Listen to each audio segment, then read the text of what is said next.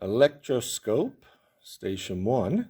So for this activity, we have our electroscope here, which is a metal ball attached to a rod, inserted into the flask, and at the end there are a couple of smaller pieces of metal hanging,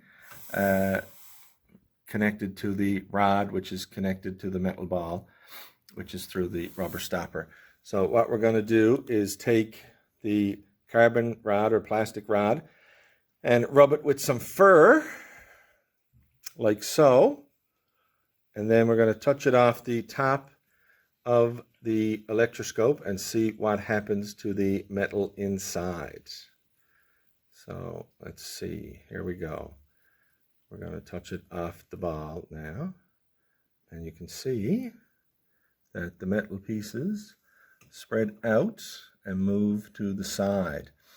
Okay, and the electric charge that's generated in the plastic rod is traveling down through the ball, through the rod, and into the smaller, thinner pieces of metal, which is giving both those the same charge. So what is happening for them to move away from each other?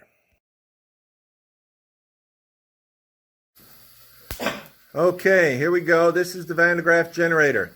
So this is a device that has a tube inside. If you can look here, you can see that piece of material, and it's vibrating back around inside that aluminum top.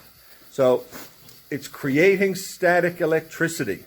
So as we move certain things close to it, we will see the electricity actually jump.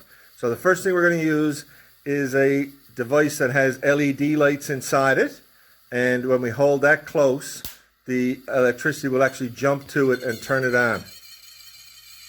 Ooh, cool. Excellent. So the next thing we're going to hold to it is a tube full of neon gas, and it's got some metal at the end, and as you get close, you can actually see the spark jump from the Van de Graaff generator to the neon stick. See if they're jumping? Wicked. And now Miss Clancy is going to hold the neon stick in her bare hand next to it to see what happens. Oh, you see the glow right up? Oh, that was wicked. And it only hurts her a little tiny bit. Okay, so now we're going to try section 3 about charging materials. So I've got this piece of vinyl, purple vinyl. I've got a piece hanging here on a thread. And so I've already rubbed this one with the red cloth. So now I'm going to take this piece here and charge it up with the red cloth. Okay, and then as I'm going to try to touch it off the one that's hanging, we'll see what happens. So I try to touch it off, and you can see it's actually moving away. Okay, so now I've got this glass rod that I'm going to charge up, again with the red cloth. And now as I move it close to the purple, we'll see what happens. And we can see that it is attracted. Okay, so it's actually attracted to the rod here. So, thing to think about is this glass rod is different than these purple vinyl pieces. So what does that tell us about the laws of static electricity?